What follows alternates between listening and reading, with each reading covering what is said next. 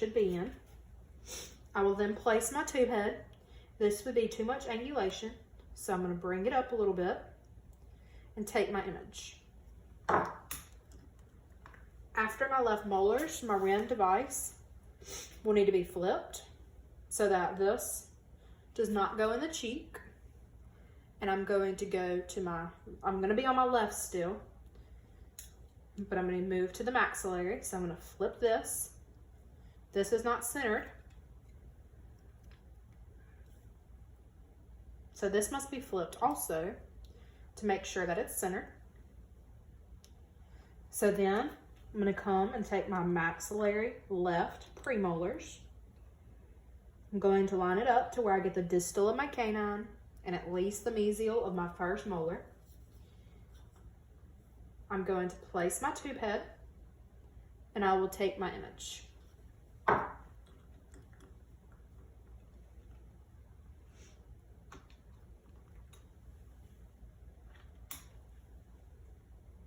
I will then move to my molars, making sure to get half of my second premolar and half of my second premolar and all three molars along with the maxillary tuberosity. I would then place my tube and take the image. From here, I will take the Ren and I will flip it so that I can come to my mandibular right premolars. I will place my film in the mouth. I want to make sure I'm getting half of the canine, both my premolars, and at least the mesial half of my molar, first molar. I will then place my tube head.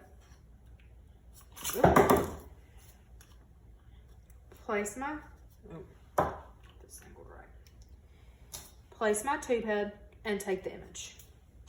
From here, I will move to my molars, making sure to get the distal of the second pre. I will have them bite down to where their bite is parallel on the bite block. And then I will place my tube head and take my image. From here, I will move to my bite wings. For my bite wings, I will be using the red Ren instrument. So you want to place it to where they bite here and the film is on the inside of their teeth. And then we will start with our right. We'll go with our right premolars. We will place our ring to where we see the bite block in the center of the ring. We'll put our film in, making sure that the right side of the film is placed towards the teeth and the tube head. So for our right premolars, we will have our patient bite down. Okay.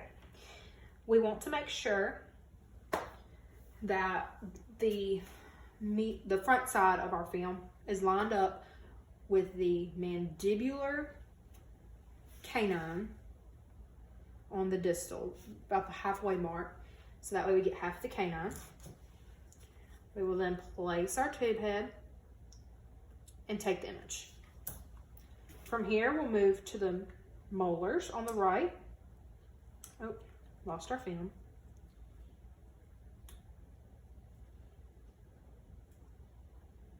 On the molars, we'll come all the way back, making sure that we're at the, oh, keep breaking them.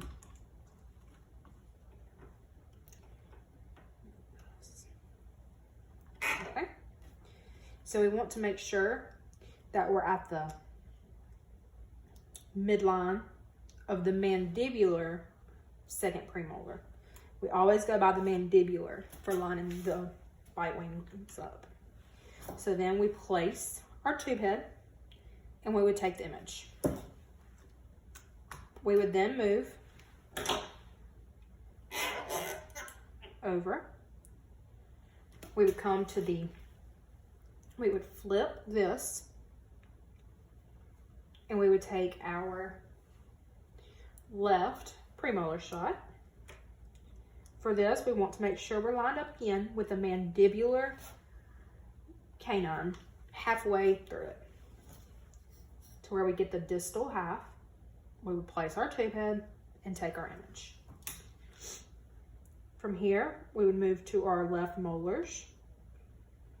And on our left molars, again, we want to line up with the distal half of the canine on the mandibular. We would take our tube head and make sure we lined it up. Once we did this, we would want to go and run all of our film. In between each shot, we would obviously normally swap our film for new film. We would have 9 anterior shots normally. We would have 8 posterior, and then we would have 4 bite wings typically. So typically we would have 21 total film to run, and then we would mount them.